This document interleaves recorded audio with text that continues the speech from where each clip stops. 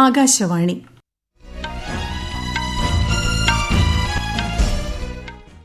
നമസ്കാരം. വാർത്തകൾ വായിക്കുന്നത് സുവർണ.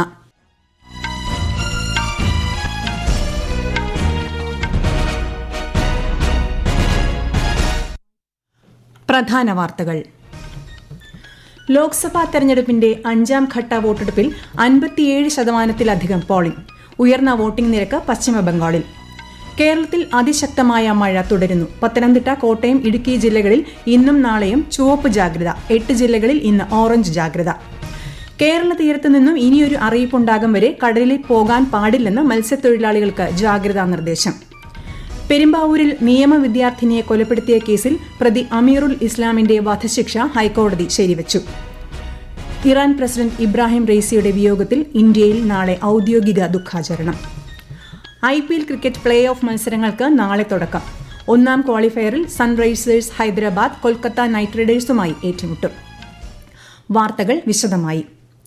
ലോക്സഭാ തെരഞ്ഞെടുപ്പിന്റെ 5ാം ഘട്ട വോട്ടെടുപ്പ് 49 മണ്ഡലങ്ങളിൽ ഇന്ന് നടന്നു. ഇതുവരെയുള്ള കണക്ക് പ്രകാരം 57% പോളിംഗ് രേഖപ്പെടുത്തി. ഏറ്റവും കൂടുതൽ പോളിംഗ് നടന്നത് പശ്ചിമബംഗാളിലും കുറഞ്ഞ പോളിംഗ് മഹാരാഷ്ട്രയിലുമാണ്. പശ്ചിമബംഗാളിൽ 73%, ഉത്തർപ്രദേശിൽ 57.56, ഝാർഖണ്ഡിൽ 63, ലഡാക്കിൽ 67, ബീഹാറിൽ 52.55, ജമ്മുകശ്മീരിൽ 54, ഒഡീഷയിൽ 61, മഹാരാഷ്ട്രയിൽ 49% എന്നിങ്ങനെയാണ് വോട്ടിംഗ് നിരക്ക്. വോട്ടെടുപ്പ് പൊതുവെ സമാധാനപരമായിരുന്നു. രാഷ്ട്രീയ പ്രാധാന്യമുള്ള മണ്ഡലങ്ങളും ജനശ്രദ്ധ നേടിയ സ്ഥാനാർത്ഥികളുമാണ് 5ാം ഘട്ടത്തിൽ മത്സര രംഗത്തുണ്ടായിരുന്നത്. കേന്ദ്രമന്ത്രിമാരായ രാജ്നാഥ് സിംഗ്, സ്മൃതി ഇറാനി, പീയൂഷ് ഗോയൽ, കോൺഗ്രസ് നേതാവ് രാഹുൽ ഗാന്ധി തുടങ്ങിയവർ പ്രമുഖ സ്ഥാനാർത്ഥികളിൽ ഉൾപ്പെടുന്നു. ഒഡീഷ നിയമസഭാ തെരഞ്ഞെടുപ്പിന്റെ 2ാം ഘട്ട വോട്ടെടുപ്പും ഇന്ന് നടന്നു. 61% പോളിംഗാണ് ഇവിടെ രേഖപ്പെടുത്തിയത്. ലോക്സഭാ തെരഞ്ഞെടുപ്പിന്റെ അവശേഷിക്കുന്ന 2 ഘട്ടങ്ങളിലേക്കുള്ള പ്രചാരണം രാജ്യത്ത് ഊർജിതമായി പുരോഗമിക്കുന്നു. പ്രമുഖ നേതാക്കൾ പ്രചാരണ രംഗത്ത് സജീവമാണ്. പ്രധാനമന്ത്രിയും മുതിർന്ന BJP നേതാവുമായ നരേന്ദ്രമോദി ഇന്ന് ഒഡീഷയിലും പശ്ചിമബംഗാളിലുമാണ് പ്രചാരണം നടത്തിയത്. കട്ടക്കിലും അങ്കുലിലും അദ്ദേഹം തെരഞ്ഞെടുപ്പ് റാലികളെ അഭിസംബോധന ചെയ്തു. ഒഡീഷയിലെ പുരിയിൽ അദ്ദേഹം റോഡ് ഷോ നടത്തി. പശ്ചിമബംഗാളിൽ ഛാർഗ്രാമിലും തംലുക്കിലുമായിരുന്നു പ്രധാനമന്ത്രിയുടെ ഇന്നത്തെ പ്രചാരണം. ഒഡീഷ മുഖ്യമന്ത്രിയും മുതിർന്ന BJD നേതാവുമായ നവീൻ പട്നായിക് സംസ്ഥാനത്ത് ഇന്ന് മെഗാ റോഡ് ഷോ ഉൾപ്പെടെയുള്ള പരിപാടികളിൽ പങ്കെടുത്തു. കേന്ദ്രമന്ത്രിയും BJP നേതാവുമായ അമിത് ഷാ ഇന്ന് ഹരിയാനയിലാണ് പ്രചാരണം നടത്തിയത്. സമാജ്വാദി പാർട്ടി നേതാവ് അഖിലേഷ് യാദവ് ഇന്ന് ദൊരിയാഗഞ്ചിലും സന്ത് കബീർ നഗറിലും INDIA പ്രചാരണ യോഗങ്ങളിൽ പങ്കെടുത്തു. സംസ്ഥാനത്ത് അതിശക്തമായ മഴ തുടരുന്നു. അതിതീവ്ര മഴയ്ക്കുള്ള സാധ്യത മുൻനിർത്തി പത്തനംതിട്ട, കോട്ടയം, ഇടുക്കി ജില്ലകളിൽ കേന്ദ്ര കാലാവസ്ഥാ വകുപ്പ് ഇന്നും നാളെയും ചുവപ്പ് ജാഗ്രത പ്രഖ്യാപിച്ചു. പത്തനംതിട്ട ജില്ലയിൽ മറ്റന്നാളും ചുവപ്പ് ജാഗ്രത പ്രഖ്യാപിച്ചിട്ടുണ്ട്. തിരുവനന്തപുരം, കൊല്ലം, ആലപ്പുഴ, എറണാകുളം, തൃശൂർ, പാലക്കാട്, മലപ്പുറം, കോഴിക്കോട് ജില്ലകളിൽ ഇന്ന് ഓറഞ്ച് ജാഗ്രതയാണ്. 5 ജില്ലകളിൽ നാളെയും 6 ജില്ലകളിൽ മറ്റന്നാളും ഓറഞ്ച് ജാഗ്രത തുടരും. ശക്തമായ കാറ്റും മോശം കാലാവസ്ഥയും പ്രതീക്ഷിക്കുന്ന സാഹചര്യത്തിൽ കേരള തീരത്തു നിന്നും ഇനിയൊരു അറിയിപ്പുണ്ടാകും വരെ കടലിൽ പോകാൻ പാടില്ലെന്ന് മത്സ്യത്തൊഴിലാളികൾക്ക് കർശന നിർദ്ദേശം നൽകിയിട്ടുണ്ട്. തെക്കൻ തമിഴ്നാട് തീരത്തും ഇന്ന് രാത്രി 11:30 വരെ ഉയർന്ന തിരമാലയ്ക്കും കടലാക്രമണത്തിനും സാധ്യതയുള്ളതിനാൽ തീരദേശവാസികൾ ജാഗ്രത പാലിക്കണം. സംസ്ഥാനത്ത് അതിതീവ്ര മഴ അപകടങ്ങൾ സൃഷ്ടിച്ചേക്കുമെന്നതിനാൽ പൊതുജനങ്ങളും സർക്കാർ സംവിധാനങ്ങളും അതീവ ജാഗ്രത പാലിക്കണമെന്ന് സംസ്ഥാന ദുരന്ത നിവാരണ അതോറിറ്റി. വിശദാംശങ്ങളിലേക്ക്. കുറഞ്ഞ സമയം കൊണ്ട് പെയ്യുന്ന വലിയ മഴ മലവെള്ളപ്പാച്ചിലും മിന്നൽ പ്രളയവും സൃഷ്ടിച്ചേക്കാമെന്ന് സംസ്ഥാന ദുരന്ത നിവാരണ അതോറിറ്റി മുന്നറിയിപ്പ് നൽകി. നഗരപ്രദേശങ്ങളിലും പൊതുവെ താഴ്ന്ന പ്രദേശങ്ങളിലും വെള്ളക്കെട്ട് രൂപപ്പെടാനും സാധ്യതയുണ്ട്. ശക്തമായ മഴ ലഭിച്ചുകൊണ്ടിരിക്കുന്ന മലയോര മേഖലയിൽ മണ്ണിടിച്ചിൽ, ഉരുൾപൊട്ടൽ, മലവെള്ളപ്പാച്ചിൽ സാധ്യതയുള്ള പ്രദേശങ്ങളിലുള്ളവർ സുരക്ഷിതമായ സ്ഥലത്തേക്ക് മാറി താമസിക്കണം. താഴ്ന്ന പ്രദേശങ്ങളിൽ താമസിക്കുന്നവർ സാഹചര്യം വിലയിരുത്തി തയ്യാറാക്കപ്പെടുന്ന ക്യാമ്പുകളിലേക്ക് മാറണം. തീരങ്ങളിൽ കടലാക്രമണം ശക്തമാകാൻ സാധ്യതയുള്ളതിനാൽ അപകട മേഖലകളിൽ താമസിക്കുന്നവർ ജാഗ്രത പാലിക്കണം. മലയോര മേഖലയിലേക്കുള്ള രാത്രി സഞ്ചാരം പൂർണ്ണമായും ഒഴിവാക്കണം.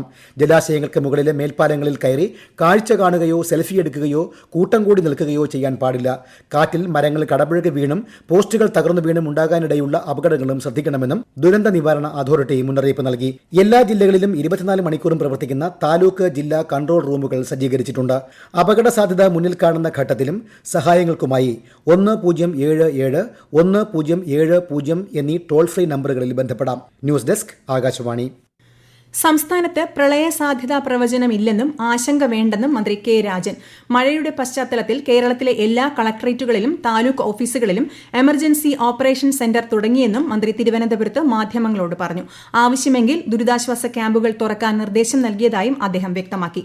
സംസ്ഥാനത്ത് ശക്തമായ മഴ തുടരുന്ന സാഹചര്യത്തിൽ ചെളിയിലും കെട്ടിക്കിടക്കുന്ന വെള്ളത്തിലും ഇറങ്ങുന്നവർ എലിപ്പനി പ്രതിരോധത്തിനായി ഡോക്സിസൈക്ലിൻ നിർബന്ധമായും കഴിക്കണമെന്ന് ആരോഗ്യമന്ത്രി വീണ ജോർജ് അഭ്യർത്ഥിച്ചു. ഈ വാർത്തകൾ ആകാശവാണിയിൽ നിന്ന്. ആകാശവാണി വാർത്തകളും വാർത്താധിഷ്ഠിത പരിപാടികളും all India radio news Thiruvananthapuram എന്ന യൂട്യൂബ് ചാനലിൽ ലഭ്യമാണ്. കൂടുതൽ വാർത്തകൾക്കായി @AllIndia Radio News തിരുവനന്തപുരം എന്ന ഫേസ്ബുക്ക് പേജും @AER_TVM എന്ന എക്സ് ഹാൻഡിലും സന്ദർശിക്കാം.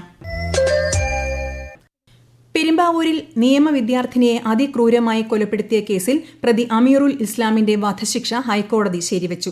വിചാരണ കോടതി വിധിക്ക് എതിരായ പ്രതിയുടെ അപ്പീൽ തള്ളിക്കൊണ്ടാണ് ഡിവിഷൻ ബെഞ്ചിന്റെ ഉത്തരവ്.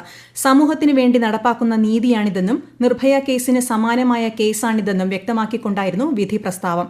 2016 ഏപ്രിൽ 28-നായിരുന്നു കേസിനാസ്പദമായ സംഭവം. കൊലപാതകം, ബലാത്സംഗം, അതിക്രമിച്ച് കടക്കൽ, മാരകമായി മുറിവേൽപ്പിക്കൽ തുടങ്ങിയ കുറ്റകൃത്യങ്ങളാണ് പ്രതി അമീറുൽ ഇസ്ലാമിനെതിരെ തെളിഞ്ഞത്. രാജ്യത്തെ ബാങ്കിംഗ് മേഖലയുടെ ലാഭം ഈ സാമ്പത്തിക വർഷത്തിൽ 3 ലക്ഷം കോടി കടന്ന് വലിയ നേട്ടം കൈവരിച്ചതിനെ പ്രശംസിച്ച് പ്രധാനമന്ത്രി നരേന്ദ്രമോദി. കഴിഞ്ഞ വർഷം 2.2 ലക്ഷം കോടി രൂപയായിരുന്നു ബാങ്കിംഗ് മേഖലയുടെ മൊത്തം ലാഭം. 39% വളർച്ചയാണ് ഇക്കുറി രേഖപ്പെടുത്തിയത്. പൊതുമേഖലാ ബാങ്കുകൾ 34% വളർച്ചയും സ്വകാര്യ മേഖലാ ബാങ്കുകൾ 42% വളർച്ചയുമാണ് മുൻവർഷത്തെ അപേക്ഷിച്ച് കൈവരിച്ചിരിക്കുന്നത്. ഹെലികോപ്റ്റർ അപകടത്തിൽ ഇറാൻ പ്രസിഡന്റ് ഇബ്രാഹിം റെയ്സി കൊല്ലപ്പെട്ടതിനെ തുടർന്ന് വൈസ് പ്രസിഡന്റ് മൊഹമ്മദ് മുഖ്വർ ആക്ടിംഗ് പ്രസിഡന്റായി നിയമിതനായി. ഇറാൻ പരമോന്നത നേതാവ് അയതൊള്ള അലി ഖമേനിയാണ് പുതിയ പ്രസിഡന്റിനെ നിയമിച്ചത്. ഇറാനിൽ 5 ദിവസത്തെ ദേശീയ ദുഃഖാചരണവും പ്രഖ്യാപിച്ചു.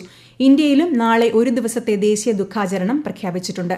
ഇറാന്റെ വടക്കു പടിഞ്ഞാറൻ ഭാഗത്ത് ഇന്നലെ ഉച്ചകഴിഞ്ഞുണ്ടായ ഹെലികോപ്റ്റർ അപകടത്തിലാണ് പ്രസിഡന്റ് ഇബ്രാഹിം റെയ്സിയും വിദേശകാര്യമന്ത്രി ഹൊസൈൻ അമീർ അബ്ദുല്ലാഹിയാനും ഒപ്പമുണ്ടായിരുന്ന ഉദ്യോഗസ്ഥരും കൊല്ലപ്പെട്ടത്.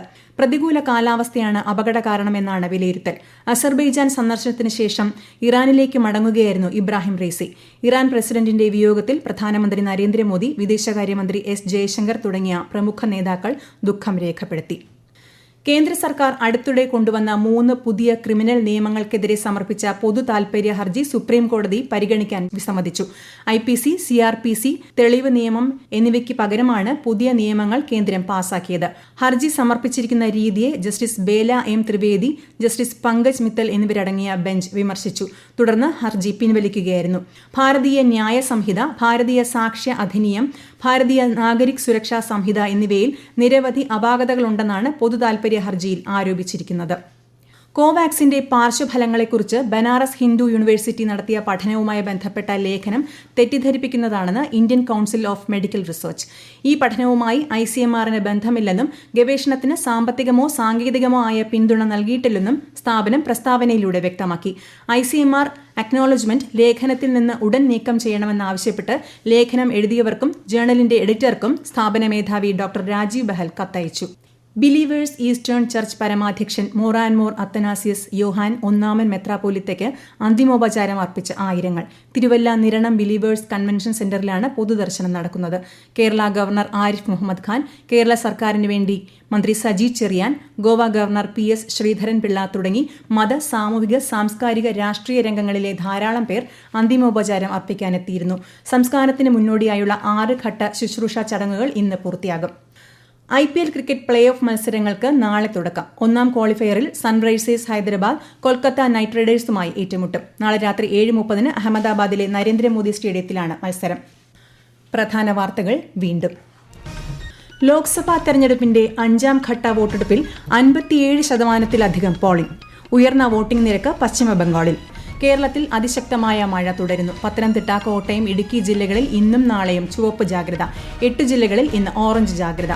കേരള തീരത്തു നിന്നും ഇനിയൊരു അറിയിപ്പുണ്ടാകും വരെ കടലിൽ പോകാൻ പാടില്ലെന്ന് മത്സ്യത്തൊഴിലാളികൾക്ക് ജാഗ്രതാ നിർദ്ദേശം.